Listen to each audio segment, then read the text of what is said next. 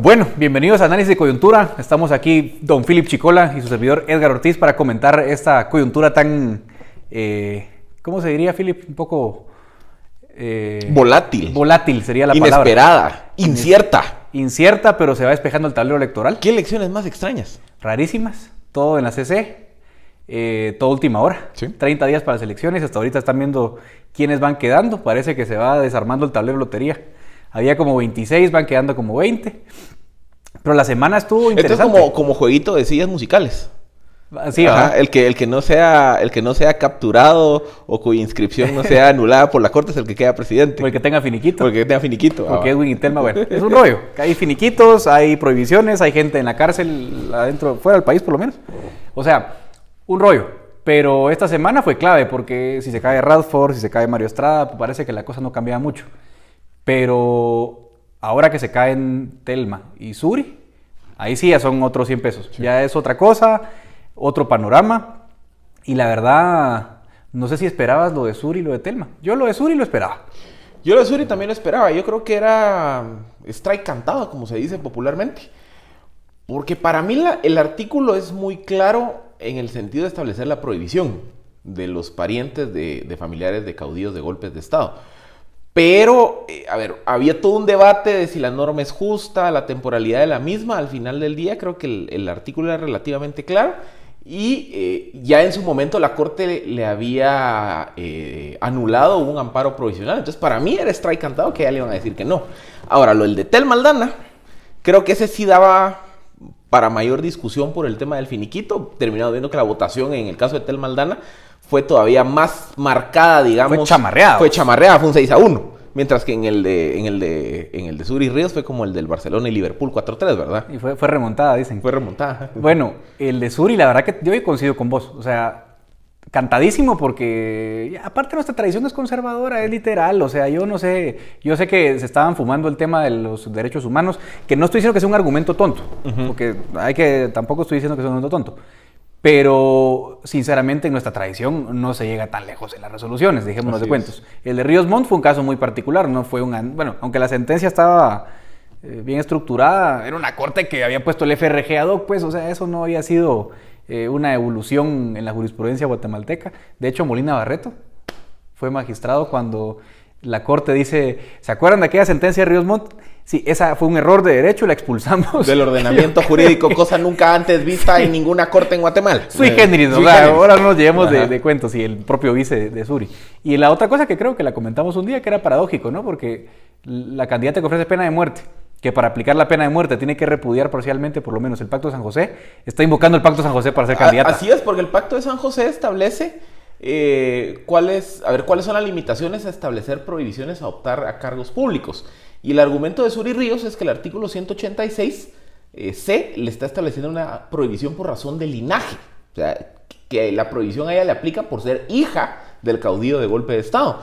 Y que si nos vamos al Pacto de San José, a la Convención Americana de Derechos Humanos, no se puede establecer ningún tipo de restricción al derecho de elegir y ser electo. Entonces, la paradoja de esta historia es que un proyecto político que ha sido muy crítico de instrumentos internacionales en materia de derechos humanos, hoy tiene que precisamente sustentar su defensa internacional sobre precisamente esos instrumentos de derechos humanos. Pues para ser balanceado, te digo otra.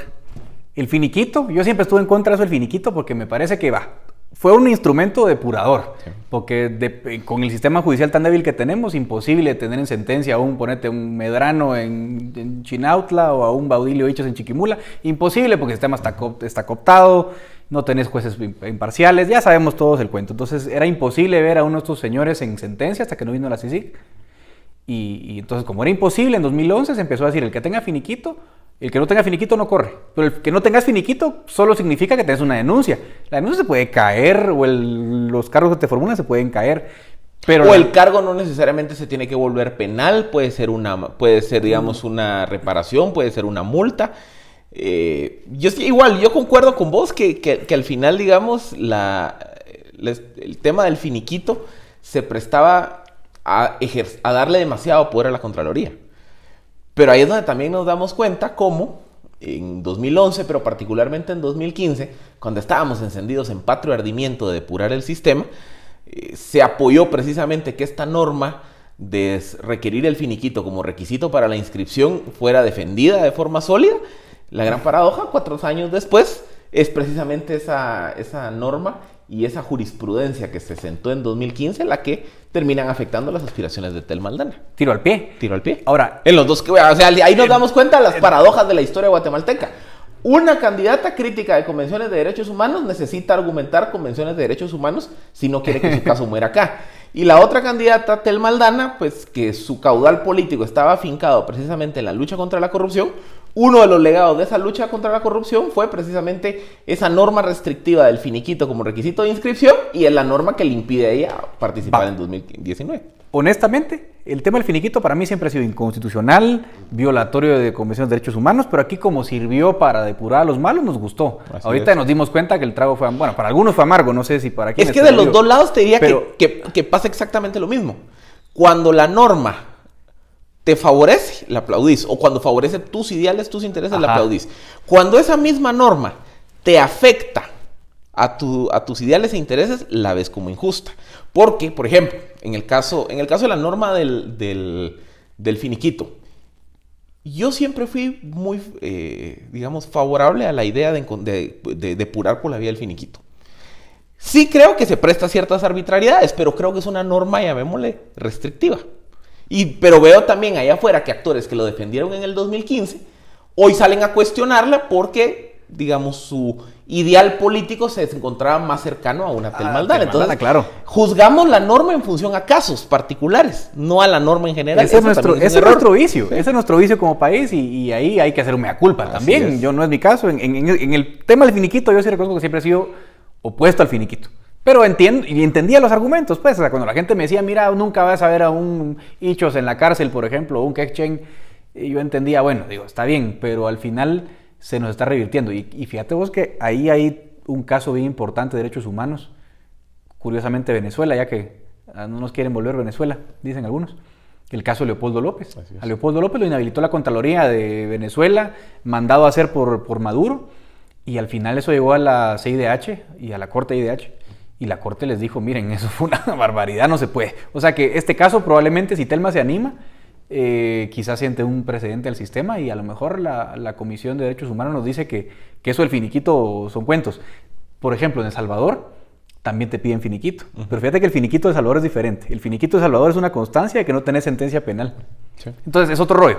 Sí. Bueno, a ver qué pasa. A ver qué pasa. No le dejemos de entrar al tema de Sandra. Hoy dicen que no se va a conocer el amparo provisional de su antejuicio, que se fue de viaje de Matabela.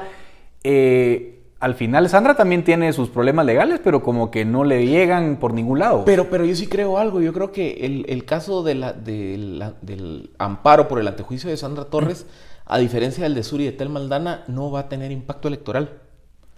Porque en el caso hipotético que se otorgue el amparo provisional y se le ordena a la Suprema darle trámite al antejuicio, ahí no vamos a pasar un año. Dense cuenta sobre el caso de Felipe Alejo. Su antejuicio fue presentado en enero de 2018 y en estos días, mayo de 2019, el proceso no se terminaba de resolver. Entonces exactamente lo mismo puede pasar con Sandra Torres. Le pueden dar trámite al antejuicio mañana, dentro de un mes o dentro de 2 meses, pero el proceso en sí del antejuicio va a tardar 6 meses, 1 año. Ya para entonces el proceso electoral ya pasó. Pero te voy a tirar una bola de fuego.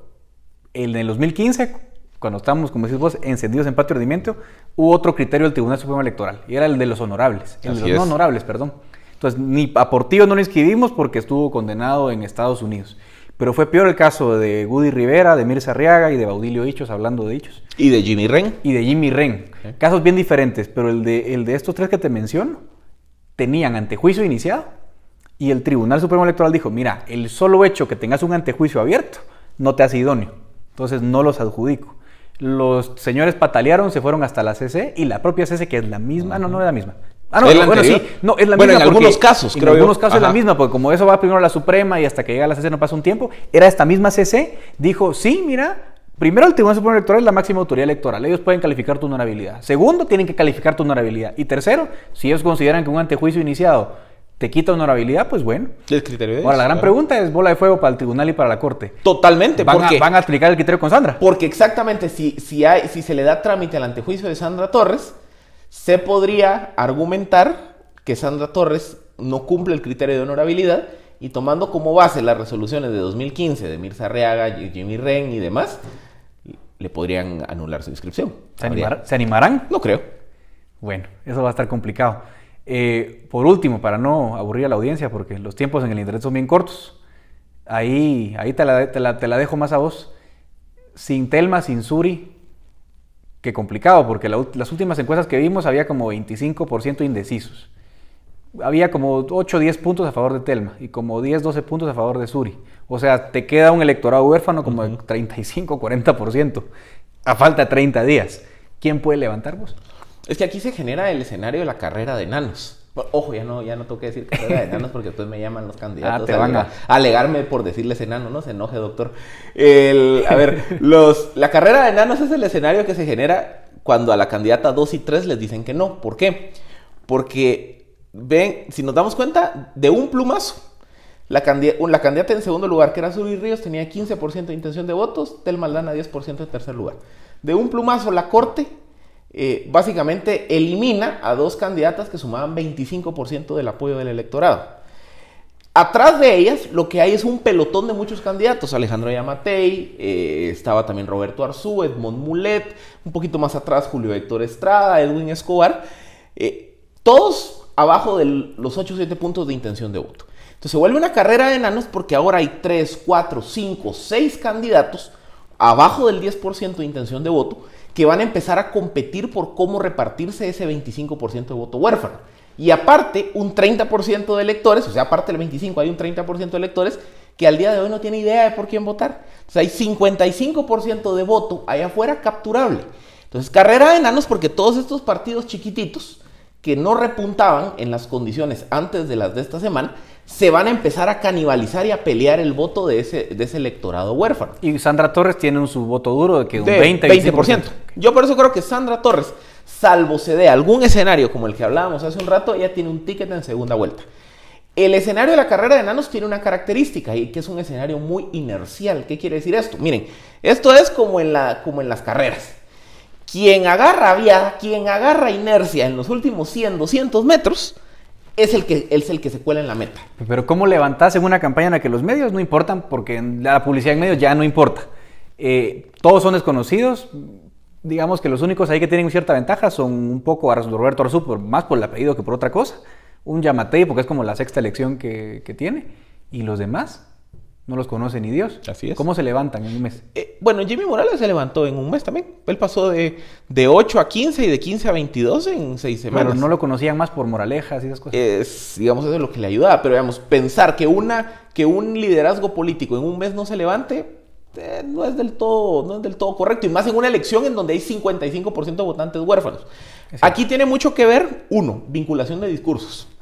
¿Quién logra vincular su discurso con el de Suri o con el de Telma, que son los votantes que se quedaron huérfanos?